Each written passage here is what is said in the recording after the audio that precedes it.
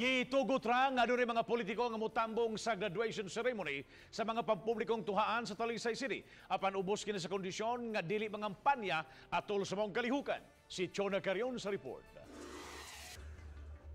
Bisan kun wa pa kadawat og guidelines gikan sa ilang buhatan ang Department of Education kabahin sa graduation ceremony, apan si Dr. Arden Munisit, Schools Division Superintendent sa Talisay City miingon nga mahimo ra nga adunay mga politiko nga motambong sa graduation ceremony sa public school sa Talisay City. Apan iyang giklaro nga dili unta kini gamiton sa mga politiko aron mangampanya. Should not be used as kanang venue for mga political advancements. Like ilang mga plataforma din nila isulti dito. Ang ila lang nga they are supporting our graduates.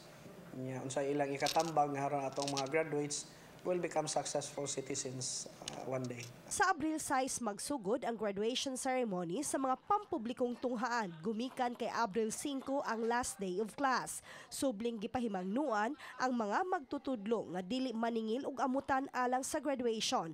Adunay 44 ka mga pampublikong tunghaan ang Talisay City. Wala jud tay amutan nga ato pala pagani encourage nga simple lang ang atong graduation pero solemn. Kung pwede dili lang magsulob gali og mga tuga, school uniform mas solemn siya tanawon kaysa katong magtuga jud. Kung pwede ang venue mas nindot nga ana jud sa school grounds kaysa mo adto og mga hotels makabayad pa. Uban ni Marlon Melgaso, Chona Carion, Balitang Bisdak.